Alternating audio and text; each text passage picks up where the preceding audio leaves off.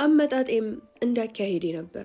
ሁለት ስሄድ ዝም ጭጭ ብዬ ቻው ምናምን ብዬ እንዳልሄድኩት ስመጣም ልመጣ ነው እንዲህ ነው እንደዛ ነው አላልኩም።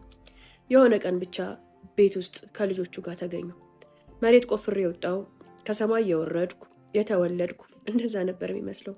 እኛ ቤት ውስጥ እሷን ካጣን በኋላ ደስታ የሚምጣ ሀዘን የሚምጣ ምንም አይነት ነገር ሲመጣ የምንቀበለው በእንባ ነው። በቃ ሁሉንም ኢቨንት የእሷን ሀዘን ማስታወሻ ማልቀሻ እናደርገዋለን። ቤት ውስጥ ተለቀሰ፣ ምን ተባለ፣ እናቴ በጣም ደስ አላት። ብቻ የሆነ መሬት ቆፍሬ የወጣውን የመሰላት ልታምን አልቻለችም። የእህቴም ባል ቢሆን እንደዛ ሲደሰት እንደዛ ሲሆን አይቼው አላቅም። አባቴም ጭምር በጣም ደስ አላቸው በመምጣቴ። በዚህ ነገር ትንሽ ቅር የተሰኙት እህቴና ወንድሞቼ ነበሩ። ህይወቷን ታበላሻለች፣ እድሜዋን ታጣለች፣ ልጅነቷን ታጣለች ብሎ ወንድሜ ይሰጋ ነበር። እህቶቼም ጭምር ጭክነ ብዬ ትዳሬን ይዤ እዛው ብቀመጥ ደስ ይላቸው ነበር። ልጆቹም ያድጋሉ፣ ይለምዱታል፣ አንቺ ግን ህይወትሽን ማባከን የለብሽም እያሉ ነበር የመከሩኝ። ታዲያ ስመጣ ግን ልጆቹን ሳያቸው እንኳን ተመለስኩ እንኳን መጣው አንዳቸው አንድ ነገር ቢሆኑ ቢሞቱ ቢታመሙ አዝን ነበር እስክል ድረስ ተጎሰቋቁለው ነበር። ምግብ በኔ እጅ እንጂ መብላትን ስላለመዱ እምቢ ብለዋቸው ነበር። ህፃኑ ልጅ ብቻ ነበር ደህና የነበረው፣ እናቴ ትንከባከበው ስለነበር። ሁለት ህይወት ቀጠለ። እጮኛዬ ለ1 ዓመት ለ2 ዓመት ያህል ከሆነ የምትቆዩና ልጆቹ የምታሳድጊው ልጠብቅሽ የሚል ሀሳብ ነበረው።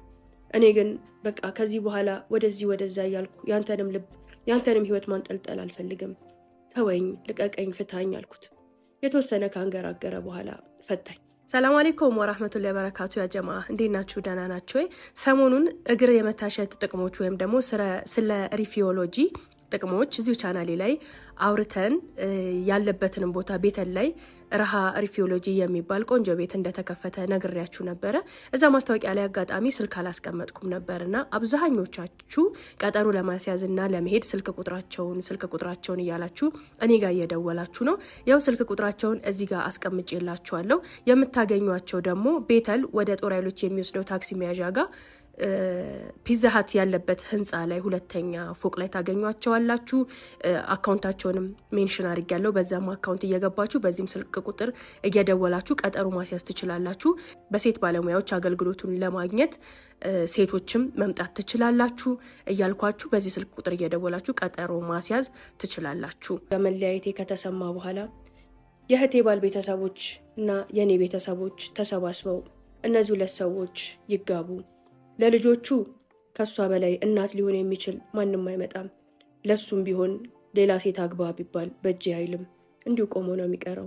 ማንም ባዳ መጥቶ